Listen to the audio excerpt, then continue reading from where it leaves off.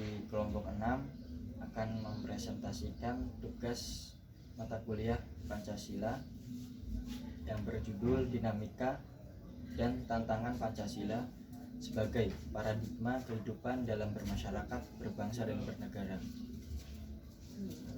Dan tak lupa yang saya hormati dosen pengampu mata kuliah Pancasila Bapak Purbowo SAGR MP. Dinamika dan tantangan Pancasila sebagai paradigma kehidupan dalam bermasyarakat, berbangsa, dan bernegara. Tantangan Pancasila. Tantangan Pancasila ada 4, yaitu 1. Pancasila penghambat kemajuan bangsa. 2. Pancasila identik Sukarsois atau sosialis Pancasila atau Soehartois liberalis Pancasila. 3. Pancasila hanya untuk tentara. 4. Pancasila hanya untuk pelajar formal atau sekedar tahu tentang Pancasila. Kita tahu Pancasila sebagai dasar negara Indonesia. Pancasila, sebelum terbentuknya Pancasila, itu melewati beberapa kejadian atau konflik sebelum terjadinya sebuah rumusan Pancasila itu sendiri. Dalam tantangan ini kita tahu sebelum adanya Pancasila itu ada Ampera, penderitaan rakyat. Ampera yaitu penderitaan rakyat yang terjajah oleh Belanda dan Jepang sangat sengsara. Sebuah harapan akan datangnya kemerdekaan untuk kesejahteraan sangat diharapkan. Harapan tersebut melahirkan adanya amanat penderitaan rakyat dengan adanya Ampera atau amanat penderitaan rakyat. Bung Karno merumuskan dalam keyakinannya bahwa kemerdekaan harus terjadi untuk mengusir penjajah bumi pertiwi. Sesudah adanya Ampera, amanat penderitaan rakyat, yaitu adanya Marhaenisme. Marhaenisme yang berisi tentang kesadaran untuk melaksanakan Ampera. Maka Bung Karno melahirkan Marhaenisme, yaitu asas untuk menyelamatkan rakyat dan cara perjuangan yang revolusioner menuju hilangnya kapitalis, imperialisme, kolonialisme. Setelah ada Marhaenisme, ada juga perjuangan politik. Perjuangan politik untuk apa? Agar yang dimaksudkan dari perjuangan politik itu agar tidak ada pertumpahan darah yang lebih banyak. Karena dalam perumusan Pancasila itu terjadi, kita lihat di sejarah, terjadi banyak peristiwa-peristiwa perang di sekitar wilayah negara Republik Indonesia. Perjuangan politik dimaksudkan adalah untuk membebaskan rakyat dari sistem yang menyengsarakan menuju kemerdekaan, maka harus dilaksanakan dengan perjuangan politik yang hakikatnya adalah menurut McFarlane, yaitu pembentukan kekuatan dari seluruh komponen bangsa, Match-Wendy, itu penggunaan kekuatan untuk menguasai sistem, karena hanya dengan menguasai kita dapat merubahnya. Apabila kita sudah menguasai sistem, sudah menguasai struktur, itu kita dapat merubah semua itu, atau kita dapat ibaratkan kita bisa mengatur kembali tersebut. Dan setelah adanya perjuangan politik, itu juga setelah ada perjuangan politik, kita ada dalam perumusan Pancasila itu juga ada persiapan kemerdekaan, atau dalam sejarah persiapan tersebut pada waktu itu dibentuknya pada 1 Juni sebelumnya proklamasi kemerdekaan, tepatnya tanggal 1 Juni 1945. Bung Karno berpidato pada sidang BPUPKI atau Doktrin Studi Posakai, itu Badan Penyelidik Usaha Persiapan Kemerdekaan. Dan di forum tersebut Bung Karno menjawab pertanyaan ketua sidang yaitu Dr. Rajiman Widyodiningrat tentang apa dasar Indonesia merdeka. Dari sekian tokoh yang berpidato dan merumuskan Pancasila dengan ide-idenya beliau-beliau, dengan ide-idenya tokoh tersebut, Bung Karno berpidato dan Bung Karno ditanya oleh Dr. Rajiman Widyodiningrat tentang apa dasar Indonesia merdeka, dan Bung Karno menjawab tentang dasar negara Indonesia merdeka yaitu satu, Pancasila. Nah, dari adanya perjuangan politik, kita sudah menguasai sistem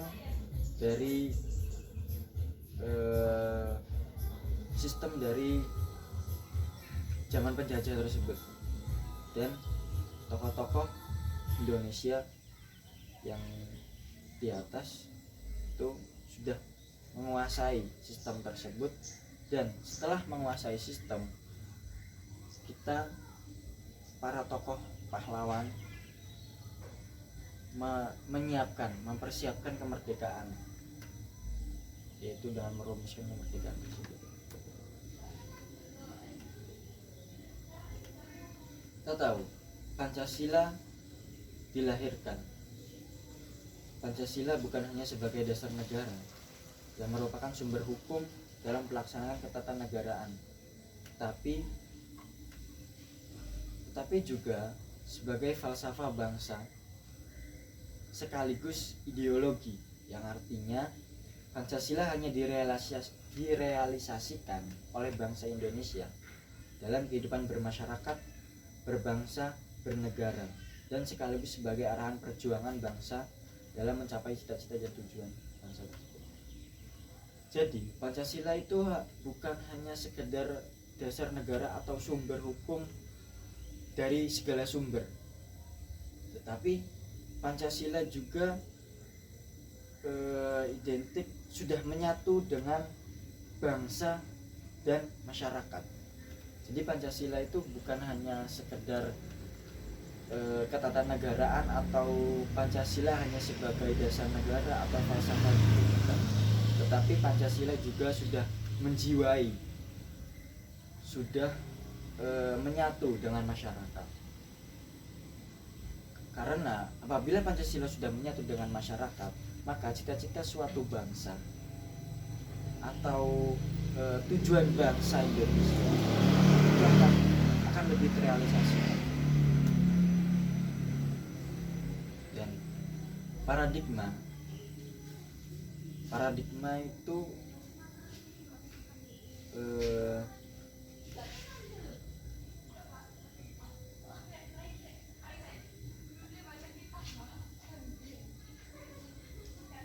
paradigma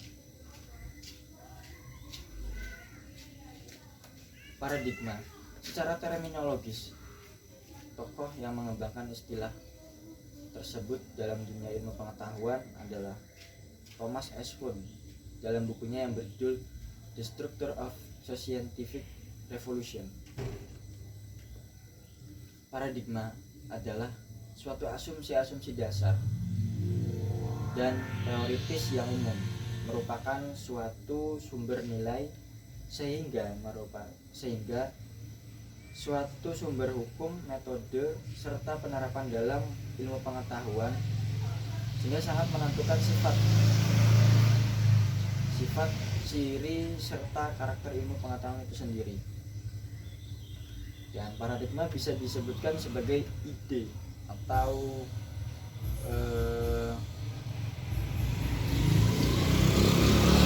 ide yang sudah ada dalam masyarakat.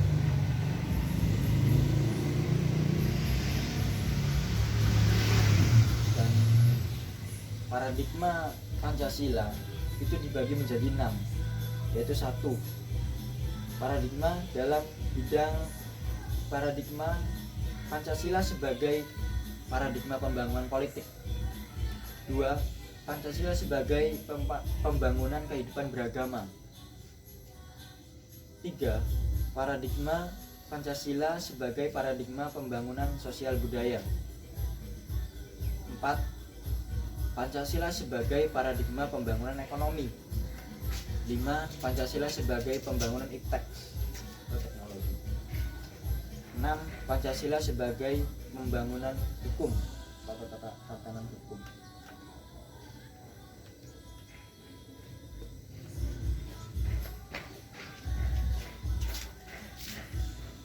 Assalamualaikum warahmatullahi wabarakatuh. Saya Zariel Khair Adiarsono dari kelompok 6 akan melanjutkan materi yang sudah dijelaskan terlebih dahulu oleh Bahrul Ilmi.